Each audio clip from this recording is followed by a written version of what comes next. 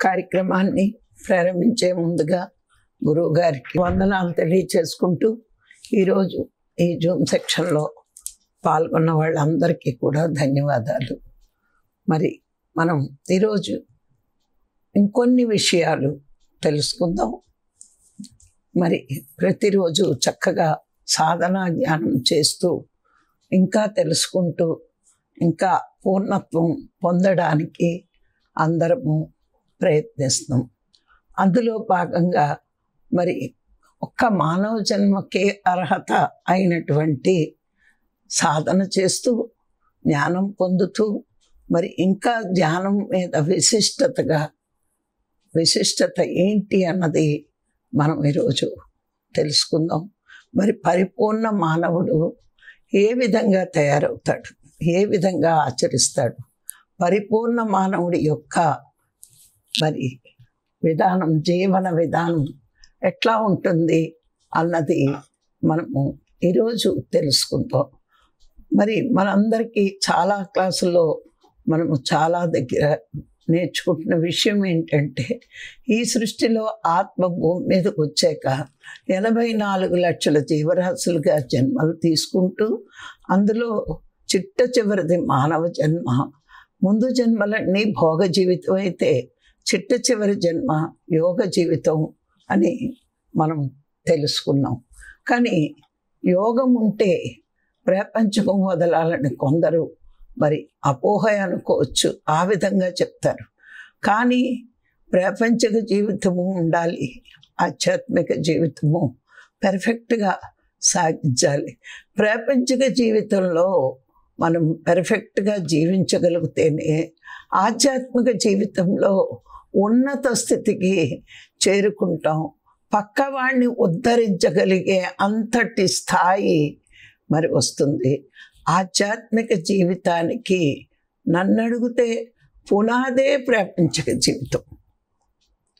ఆ ప్రాపంచిక జీవితంలో మనము కరెక్ట్గా లేకపోతే ఆధ్యాత్మిక జీవితంలో ఉన్నత స్థితికి చేరడం చాలా కష్టం. అందుకే ప్రతి మానవులకి 4 ధర్మాలు ఉన్నాయి. ఏమిటా 4 ధర్మాలు అంటే, శరీర ధర్మం, సంసార ధర్మం, సంఘ ధర్మం, ఆత్మధర్మం. ఈ 4 ధర్మాలు కరెక్ట్గా మనం ఫాలో అయితే, ఆచరిస్తే అత్యున్నత స్థాయికి ఎదగొచ్చు.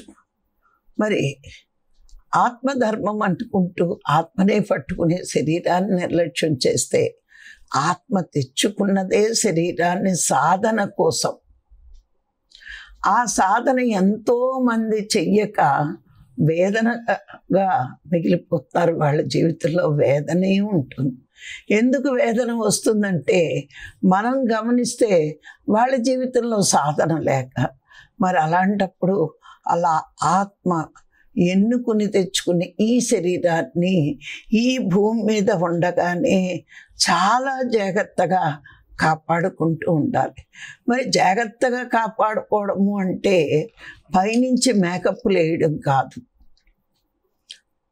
మరి అది ఎప్పుడు ఆరోగ్యంగా ఉంటుంది అన్నది మనం తెలుసుకోవాలి. మన శరీరంలో ధాతువులన్నీ సమతుల్యంలో ఉంటే శరీరానికి ఏ అనారోగ్యాలు రావు.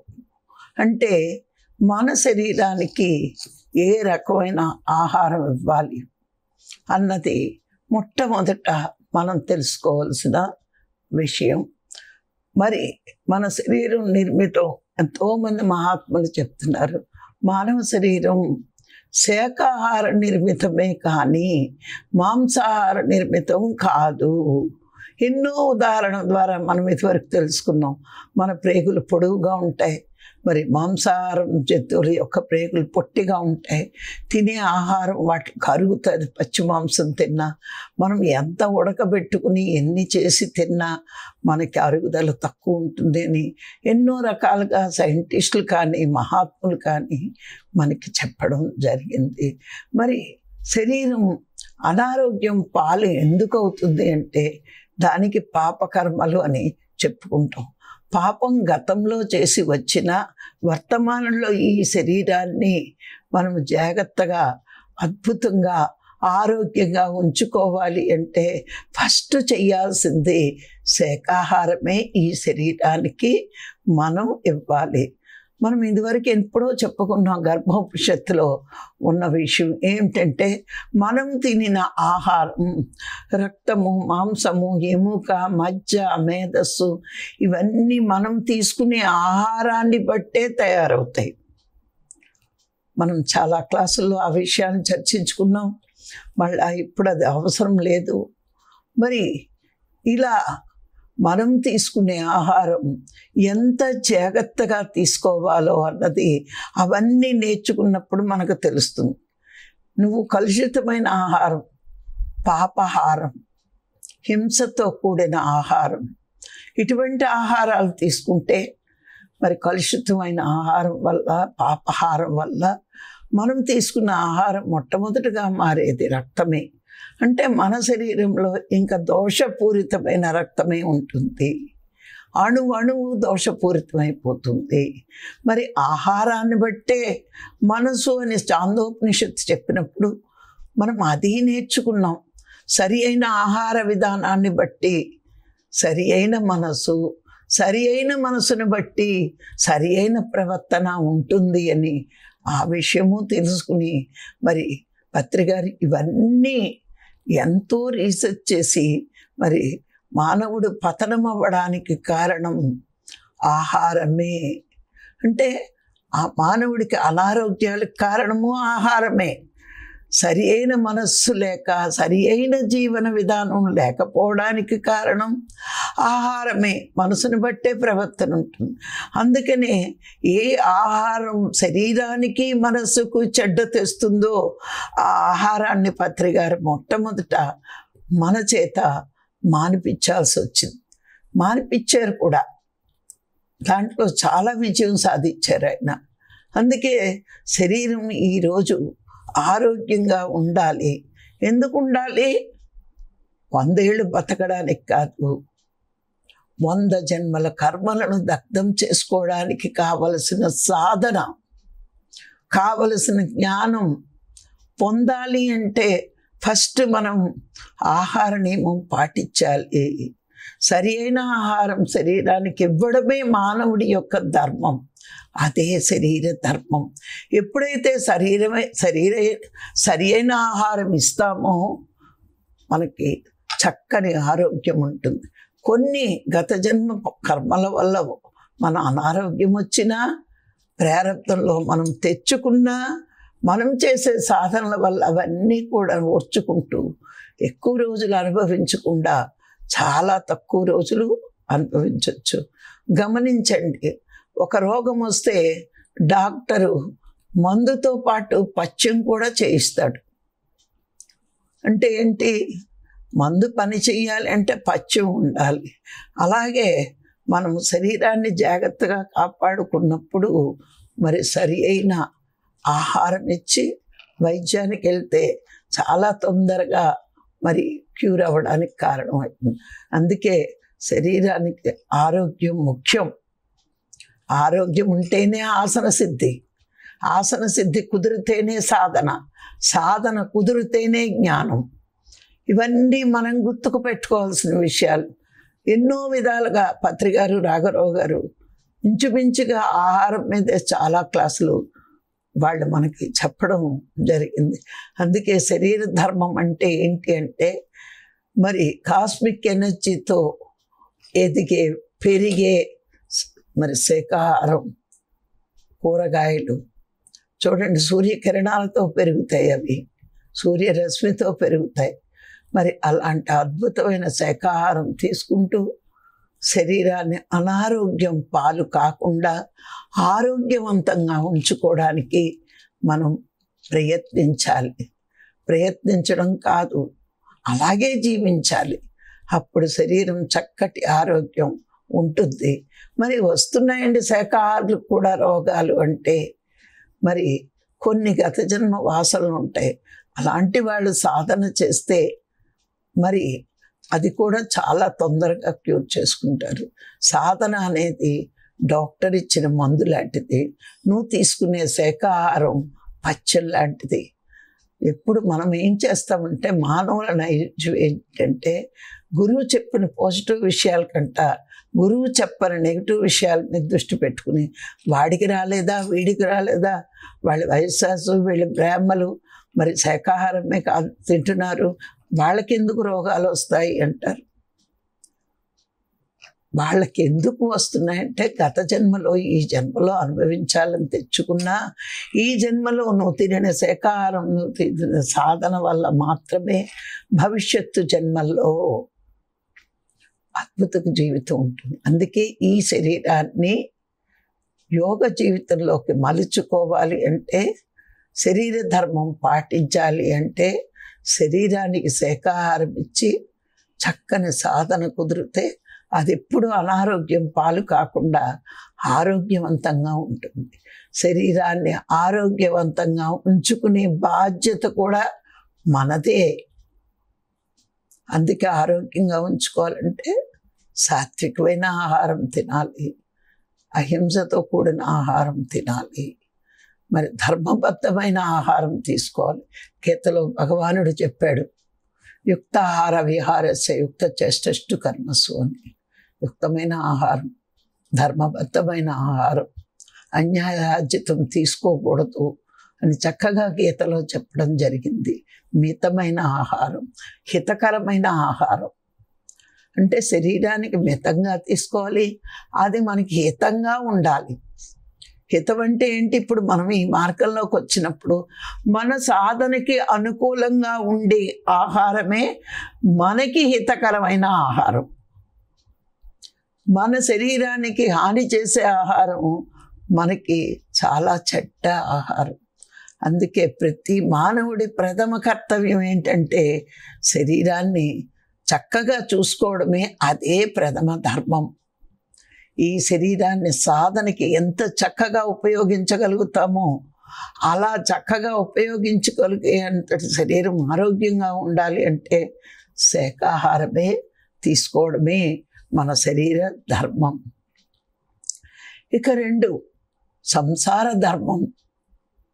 ఈ సంసార ధర్మం ఏంటి అంటే ప్రతి వాడికి ఒక సంసారం ఉంటుంది.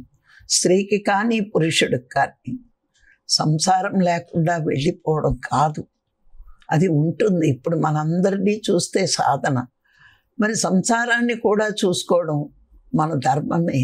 అంటే ఇక్కడ ఎందుకు ఈ మాట చెప్పారు అంటే, నువ్వు సంసారంలో ఉన్నప్పుడు మితిమీరి మమకారం, మితిమీరి అహంకారం ప్రదర్శించి ఆ సంసార ధర్మాన్ని కూడా సరిగ్గా నిర్వర్తించలేకపోతున్నావు. ఇప్పుడు మితిమీరిన అహంకారం, నేను భర్తని, నేనేం చేసినా చెల్లుతుంది అనే అహంకారంతో కొందరు నాకొక్కడే బిడ్డ, నా భార్య నా బిడ్డల్ని చూసుకుంటే చాలు అని తల్లిదండ్రులను నిర్లక్ష్యం చేసే కొడుకులు కొంతమంది, అత్తమామల్ని నిర్లక్ష్యం చేసే కోడళ్ళు కొంతమంది. ఇలా సంసారంలో మన వల్ల దుఃఖం వస్తుంది అంటే మనం సంసార ధర్మం సరిగ్గా నెరవేర్చట్లేదు అని అర్థం.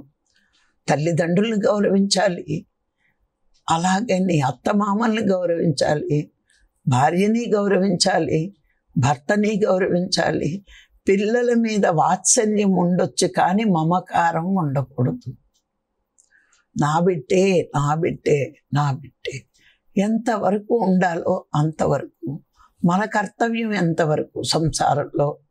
తండ్రిగా కొన్ని బాధ్యతలు ఉన్నాయి, తల్లిగా కొన్ని బాధ్యతలు ఉన్నాయి.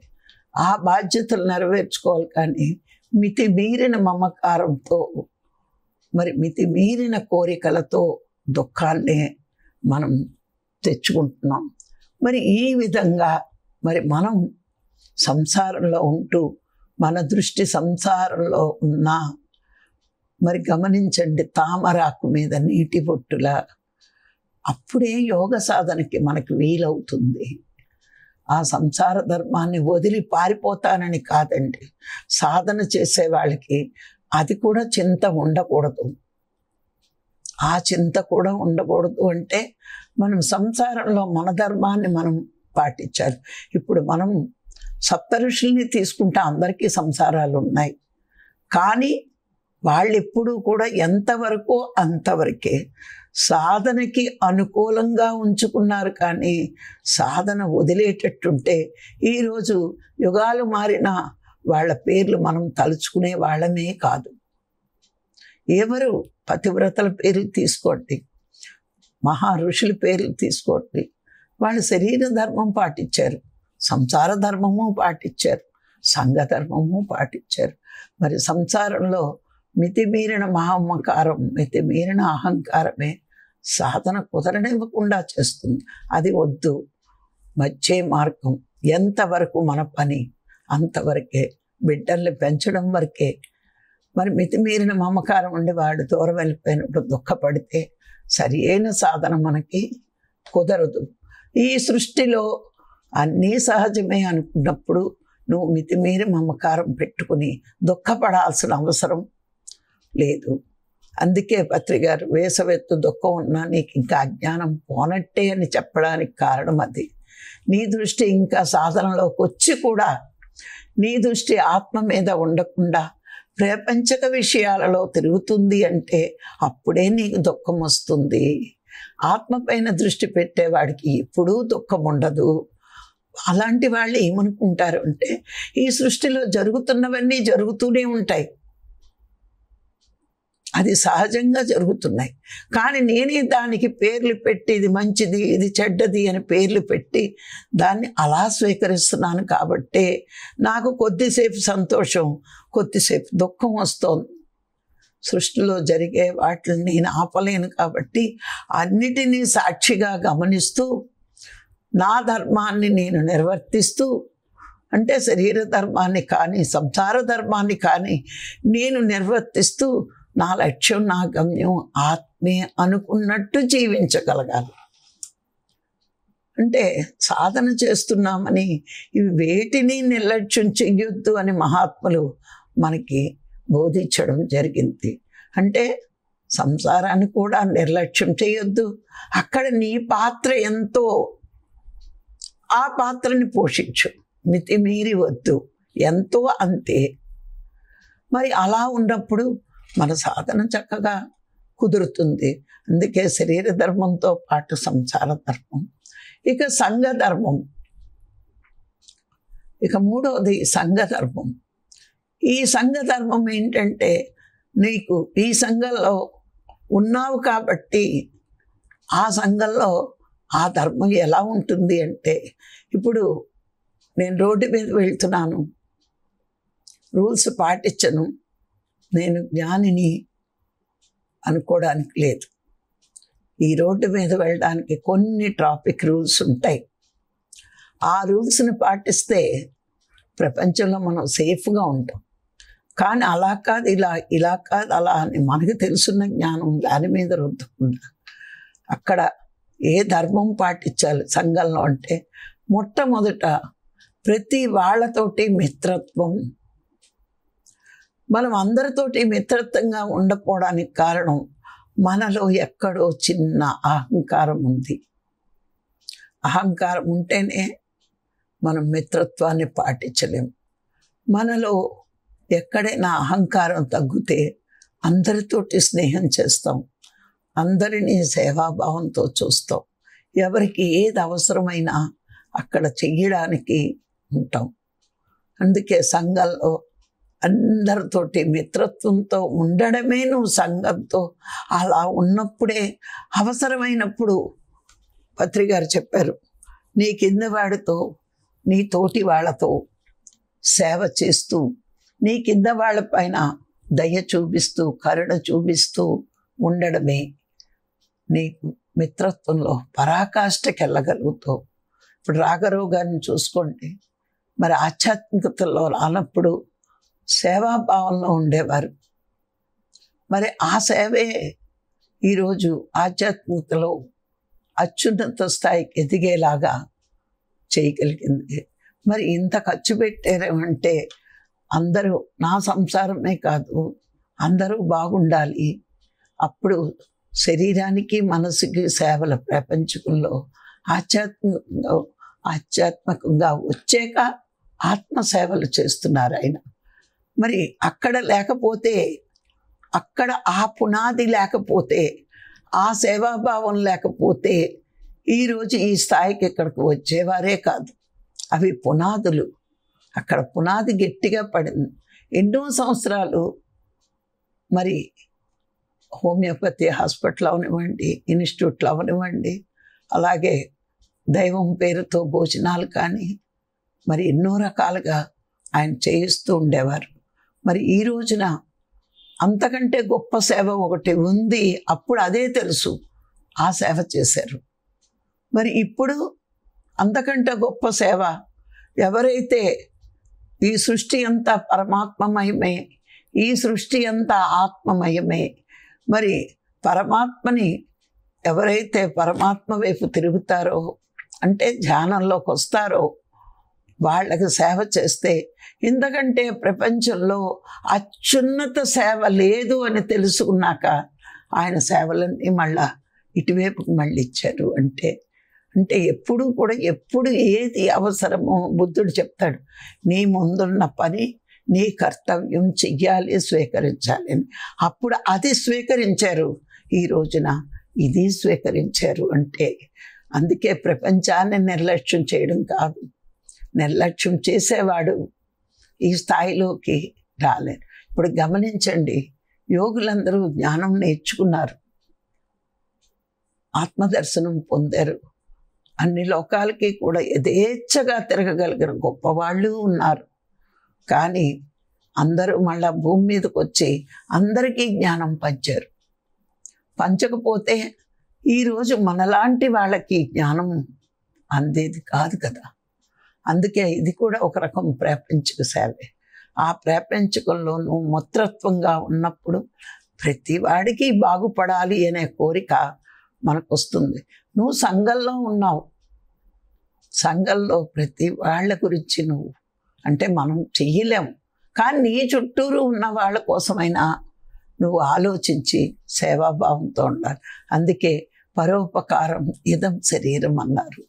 పరులకు ఉపకారం అంటే ప్రాపంచిక అర్థం వేరు, ఆధ్యాత్మిక అర్థం వేరు. అక్కడ ప్రాపంచిక అర్థం తీసుకుంటే పరుల కోసమే నీ శరీరాన్ని కష్టపెట్టాలి, పరులకు ఉపకారం చేయడం కోసం నీ శరీరాన్ని ఉపయోగించాలి. పరులు అంటే పక్క జనం. ఆధ్యాత్మంలో పరోపకారం ఇదం శరీరం అన్నారు. అంటే ఏంటి? నీ ఆత్మ ఉద్ధరణ కోసమే ఈ శరీరాన్ని తెచ్చుకున్నావు అని ఆధ్యాత్మిక అర్థం. అంటే అది చెయ్యాలి, ఇది చెయ్యాలి అని మనం అర్థం చేసుకోవాలి. బుద్ధి వికసించిన వాడు ఏం చేస్తాడు? తను పైకి లెగుస్తూ పక్కవాడికి చెయ్యి అందించి పైకి లేపడానికి ప్రయత్నిస్తాడు. ఒక జ్ఞాని తాను ఎప్పుడు సుఖపడిపోవాలని కాదు, పక్కవాడు కూడా సుఖపడాలి. ఇప్పుడు బురదలో కూరుకుపోతే వీడికి ఒక చెయ్య ఎవరైనా సాయం చేస్తుంటే ఒక చెయ్యి వాడికి ఇస్తాడు, ఇంకొక చెయ్యి కూరుకుపోయే వాడికి ఇచ్చి వాడిని కూడా పైకి లేపడానికి ప్రయత్నిస్తాడు. అంతేకాని నాకు సాయం అందింది, నేను పైకి వెళ్ళిపోతాను అని ఏ జ్ఞాని అనుకోడు. అందుకే చూడండి, ఈ భూమి మీద మహర్షులందరూ ఎంత సాధన మనకు చెప్పారు అంటే కొంతమంది పేర్లే ఇప్పుడు మనం తెలుసుకోగలుగుతున్నాం. సృష్టిలో ప్రతి ఒక్కడు పక్కవాడి కోసం ఆలోచించట్లా, మనం కొంతమందిని మాత్రమే గుర్తుంచుకుంటున్నామంటే వాళ్ళని మహానుభావులని ఎందుకన్నారు అంటే లోకానికి వాళ్ళు ఉపయోగపడ్డారు కాబట్టి వాళ్ళని మహానుభావులు అన్నారు. అది సంఘంలో వాళ్ళు ఉన్నారు కాబట్టి ఈ సంఘానికి కూడా కొంత మేలు చెయ్యాలి, అది మన ధర్మం అని వాళ్ళు తెలుసుకున్నారు కాబట్టి సంఘ ధర్మాన్ని పాటిస్తూ వాళ్ళు ఉన్నత స్థితికి వెళ్తూ అందరినీ ఉన్నత స్థితి వైపుకి తీసుకువెళ్ళడానికి ప్రయత్నిస్తున్నారు. ఎవ్వరూ కూడా, ఏ యోగి కూడా గమనించండి, వాడొక్కడే బాగుపడాలని కోరుకోడు. సృష్టిలో సమస్తము ఆత్మమయమే, అన్ని జీవులు ఆత్మస్వరూపాలే అని తెలుసుకున్న యోగి అందరూ ఉద్ధరింపబడాలని కోరుకుంటాడు. అది మన సంఘ ధర్మం. ఆ ధర్మాన్ని కూడా మనం పడాలి, కష్టపడి నేర్పించాలి. నేను ఒక్కడనే బాగోవాలి, మిగతా వాళ్ళు గొడవ నాకు అవసరం లేదు అనుకుంటే సంఘానికి ద్రోహం చేసిన వాళ్ళమే అవుతాం.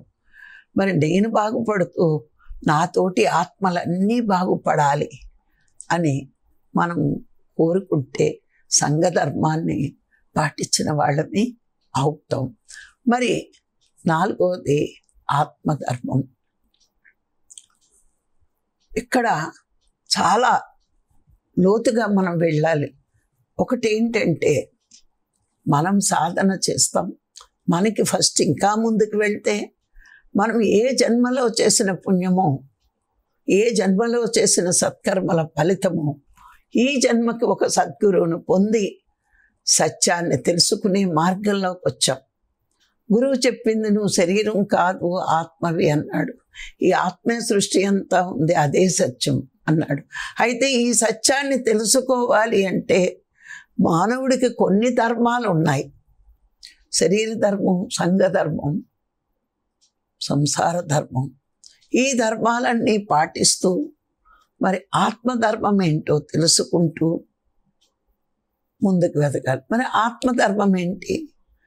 ఆత్మ భూమి మీదకి ఎన్నో జీవుల శరీరాలు మార్చుకుని మానవ జన్మ వచ్చి సద్గురువు దొరికే వరకు దారి తెలియక దుఃఖిస్తూ ఉంటుంది. ఎందుకంటే శరీరం ఎప్పుడైతే తీసుకుందో మాయక వశమై మానవుడిని అనుకుంటుంది, నేను జీవుణ్ణి అనుకుంటుంది. ఆ జీవుడు అనుకున్న నాళ్ళు మరి దుఃఖ సముద్రంలోనే ఉన్నట్టు.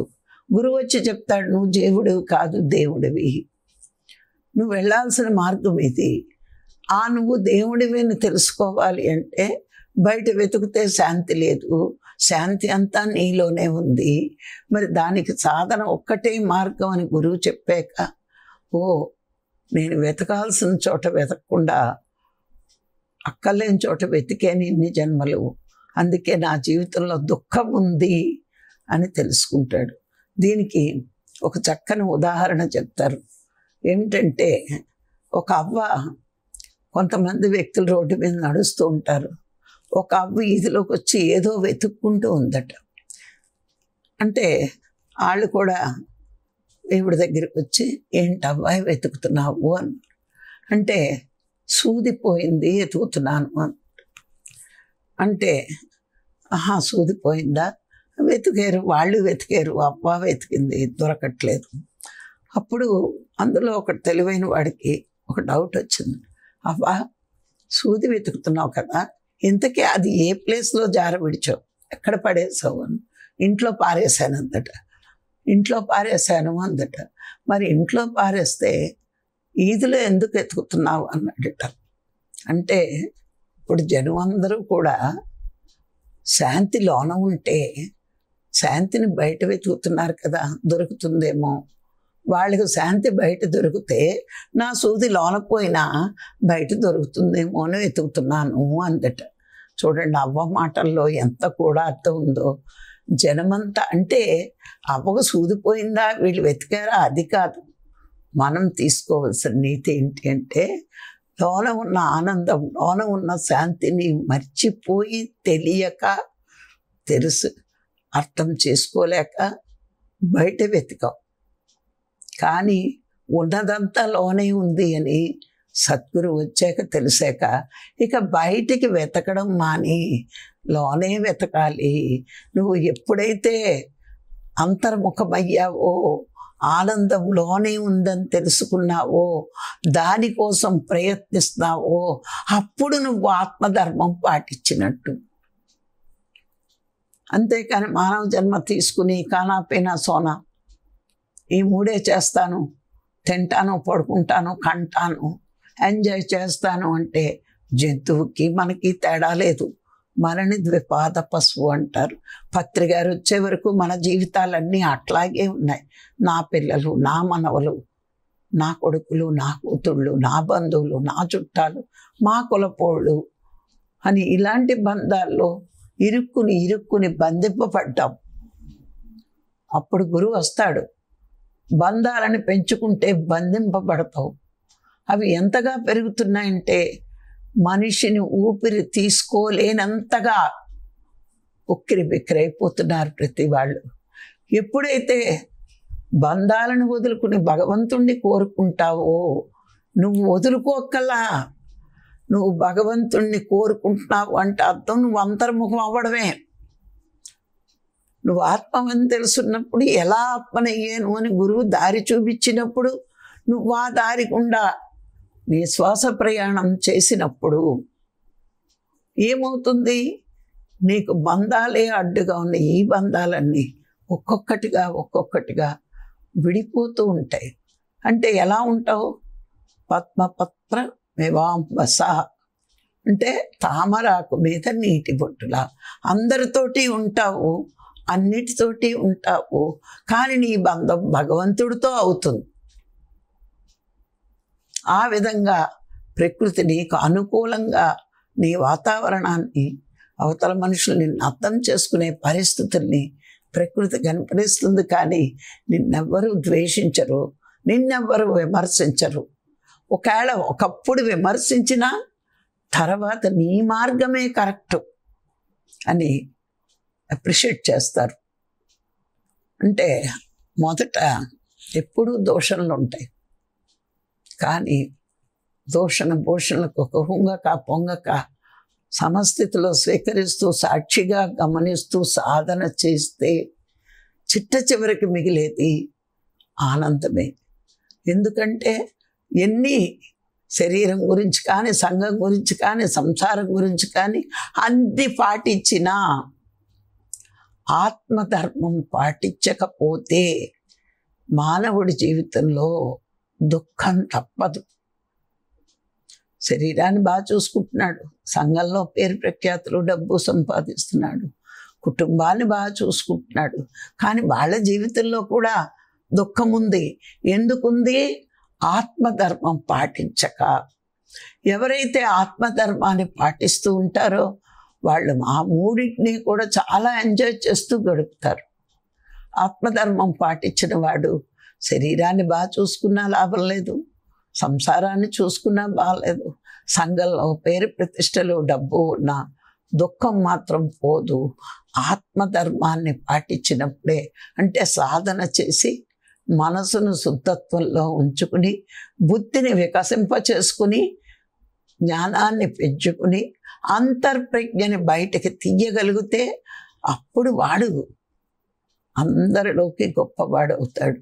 అందుకే 4 ధర్మాలు పాటించాలి. బయట అందరూ కూడా, ప్రపంచమంతా కూడా 3 ధర్మాలు మాత్రమే పాటిస్తోంది. యోగులు మాత్రము అసలైన ఆత్మధర్మం పాటించి మరి ఈ లోకంలోనే కాదు పరలోకంలో కూడా గొప్పగా కీర్తి ప్రతిష్టలు పొందడానికి అవకాశం ఉంటుంది. అందుకే ప్రతివాడు మాట్లాడుతూ ఉంటాడు, శరీరాన్ని చూసుకోవాలి, పొట్ట పోషించుకోవాలంటాడు, లేదా సంసారాన్ని ఎలా వదిలేయాలంటాడు, లేకపోతే సంఘంలో ఉన్నాం కదా అండి, ఇలా చేయకపోతే బాగాలేదు, అలా చేయకపోతే బాగాలేదు. ఏ ధర్మంను పాటించినా ఆత్మధర్మం పాటించకపోతే ఎవరి జీవితంలోని సుఖశాంతులు ఉండవు, ఆనందం ఉండదు. ఉన్న సుఖాలు సంతోషాలు తాత్కాలికమే, కానీ శాశ్వతంగా ఉండేదానిని ఆనందం అంటారు. ఆ ఆనందం పొందాలి అంటే ఆత్మ ఈ భూమి మీదకి ఏ ఉద్దేశంతో ఈ శరీరాన్ని తెచ్చుకుందో, ఎందుకు వచ్చిందో, మానవ జన్మ పొందడానికి ఈ భూమిలోకి వచ్చి సాధన కోసం వచ్చింది. సాధన మర్చిపోయి వేదనలో ఉన్నారు. ఎప్పుడైతే గురువు మన జీవితాల్లోకి వచ్చి సాధన చేయడం వల్లే నువ్వెవరో తెలుస్తుంది, భగవంతుడెవరో తెలుస్తోంది అని ఎన్నో విషయాల్లో మనని జ్ఞానపరంగా ఎదిగిస్తూ మన అజ్ఞానాన్ని నశింపచేసి మనం జ్ఞానవంతులు కావడానికి గురువిచ్చిన దారి అసలైన దారి. ఆ గురువు చెప్పేస్తాడు. పరమాత్మ మన మీద కనికారంతో గురువునిచ్చాడు, కానీ ఆచరించవలసింది శిష్యుడే. మనం సాధన చేసినప్పుడు మాత్రమే జ్ఞానం పొందినప్పుడు మాత్రమే ఆత్మధర్మాన్ని పాటించిన వాళ్ళం అవుతాం.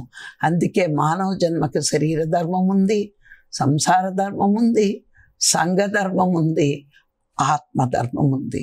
ఈ 4 ధర్మాలు పాటించినప్పుడు పూర్ణ పురుషుడు అవుతాడు. పురుషుడంటే మగవాడు ఒక్కడే కాదండి, అందరూ పూర్ణ పురుషులుగా దిద్దపడాలి. అలా మారడానికి అవకాశాలు ప్రతి మానవుడి జీవితంలోనే ఉంటుంది అవకాశం. కానీ ఎదగాలనుకున్నవాడు అవకాశాలను వినియోగించుకుంటాడు. లేదు, అవసరం లేదు అనుకున్నవాడు, అజ్ఞానం వదలనివాడు అవకాశాలని జారవిచ్చుకుంటాడు. అవకాశాన్ని ఉపయోగించుకునేవాడే గొప్పవాడు. అవకాశాలను జారవిరుచుకున్నవాడు అజ్ఞానిగా మిగిలిపోతాడు. మళ్ళా జన్మలు తీసుకోవాల్సి వస్తుంది. అందుకే ప్రతి మానవుడు ఈ 4 ధర్మాలు పాటిస్తూ ఉన్న స్థితి నుంచి ఉన్నత స్థితికి ఎదగడానికి ప్రతి జన్మకి ఈ 4 ధర్మాలు పాటిస్తేనే ఉన్నత స్థితిలో ఎదుగుతారు. మరి ఈరోజు ఈ అవకాశం ఇచ్చిన మీ అందరికీ మరొక్కసారి ధన్యవాదాలు. Thank you.